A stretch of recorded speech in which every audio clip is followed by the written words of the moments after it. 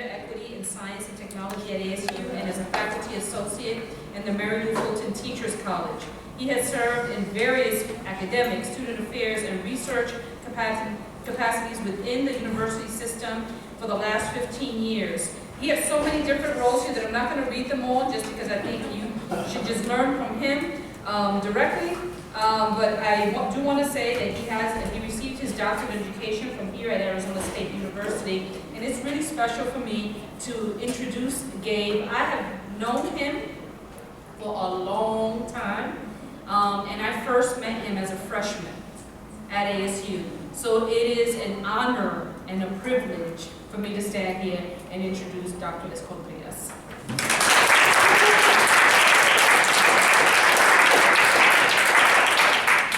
Definitely a blessing, and I'm excited to be here with everyone. Everyone kept looking at me because I'm getting married tomorrow. Oh, and he loved you so much that he's here. And I'm not even halfway done getting everything ready. We're up to like 11 o'clock decorating the hall last night. But to me, it was like, as soon as I got the invitation, I was like, Monty said to Kevin, I'm like, oh my God, thank you. Like, I have to be there. And it's one of those things I know I need to go there because back when I started, we didn't have this. It is like such an amazing opportunity. So when I came to ASU, it was in '99. And Madison had requested a photo. And everything is still archived at my parents' house, so I couldn't get to it. But I kept thinking like, what one photo could really speak about what made a difference for me here at ASU. So I've been at ASU, do the math, since '99. I did my bachelor's, master's, doctorate, and I've had many jobs along the way. But I realized two things. One of them was my fraternity brothers. So when I joined ASU, I joined Tau Psi Omega. So that was one piece. But the other thing was, I also did a summer connection program before I came. So back in the day, I came from Phoenix Union High School District. I'm born and raised in downtown Phoenix. Yes. And we had our own program. I remember I met one person, her name was Janet. She was my summer counselor. And she made such a difference because the person coordinating it was Christopher Idan, who's now at Southbound Community College. But he was in Tau Psi Omega. And I just started making those connections, and they reached out to me and they're all like, do you want to pledge to fraternity? She reached out and said, you know, my first job was at Pete's Fish and Chips. She's all, you want to work on campus? I was like, you can work on campus as a student? Like, things I didn't know. So she's all like, I have this job, just don't tell them that you know me. And I was like, oh, you must have a bad reputation at work. I didn't know where she was going with it.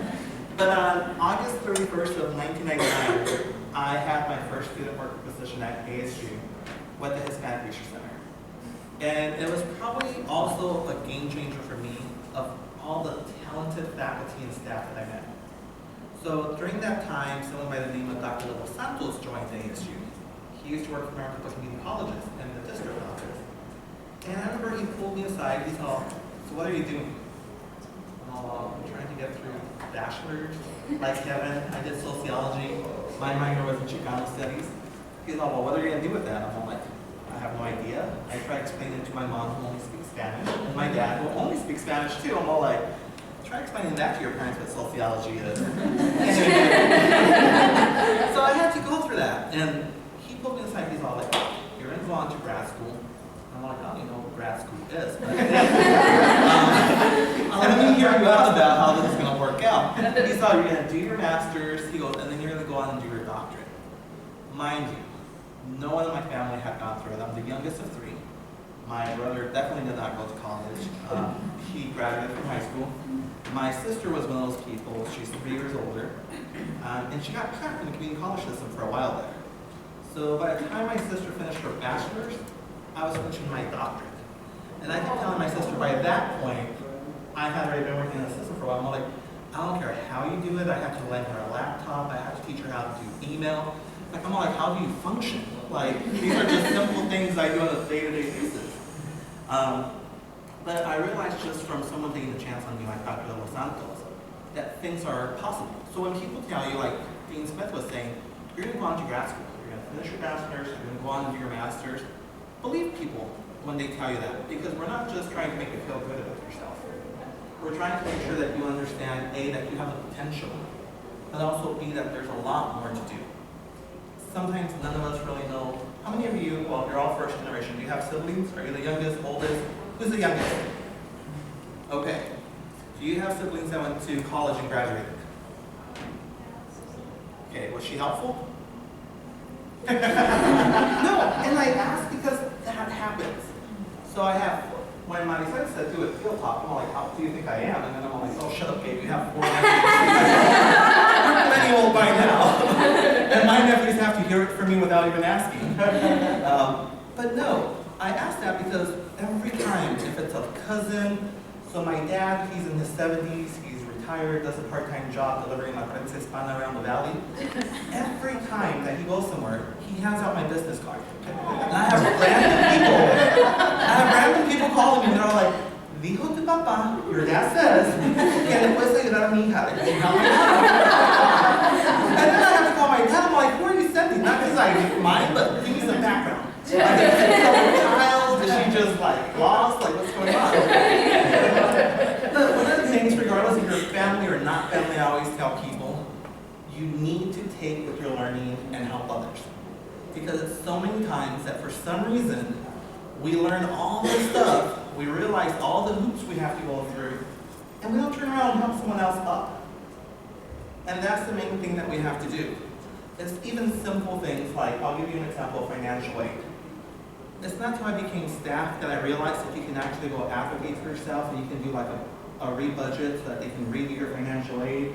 You can go state your, I was like, where was that when I was younger? Because I got no scholarships because, well, that's for a whole other reason.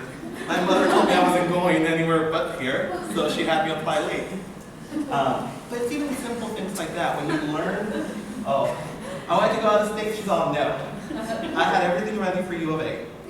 Not because I thought U of A was better. I just wanted to move away from home. In March, right before I was going to graduate, she says, you're not moving that close to the border.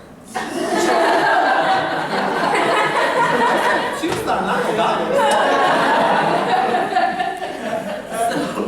So there I was, like, I was then applying for this year in March, and every need-based scholarship that I could have potentially got was gone.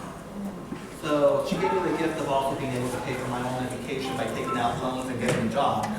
But, you know, it made me, I think, a lot more hardworking. So the key thing to everything I've been battling about is, you have a potential, you can go on to more things. Even if you don't know what they are, you're going to figure it out when you get there. I had to figure out grad school once I was there. And Stephanie is figuring out grad school because she was one of my students this semester. But once you get there, figure it out. There's nothing bad about having to figure life out. And in fact, if you get there and you change your mind, change it all you want. It's your life. I think I changed my major about 5 times. When I came there, I had a spreadsheet. This is what I'm going to do for the next 4 years of my life. I was that anal. I was like, I was one of those students that was very inflexible. But then I had to learn how to be flexible with myself and also how to be caring to what I really wanted to do. And what was it that I was passionate about? Because we talk about things like, are we chasing dollars? Are we chasing that car? I hate to tell you, if you really think you're going to be a lawyer or a doctor because you want that money and it's not really in your heart, you're probably not going to like it. So really go after what it is that you like. And then that's really going to make you have a happier and a healthier life, and it's going to rub off around everyone around you. So thank you, Maricel. Thank you, Kevin, for putting on such an amazing program. It's always a great opportunity to see so many gifted and talented people all in one room. So I wish you all the very, very best. I'm on the Tempe campus, but north of campus, but they can give you my information. I'm always happy to bring people on, hire students, whatever it takes. So thank you. Did you say hire students? I do hire okay. students. Okay. Thank you.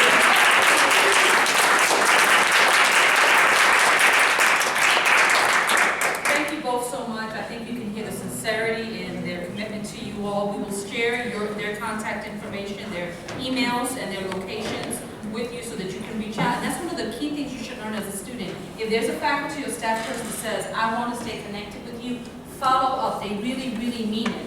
I can't tell you how many business cards I give out and students never utilize it, and that's information waiting for you to be had. You're not a burden to us. We really want to get to know you. So you've got two awesome people already who've extended themselves. Kevin and I wanted to share something.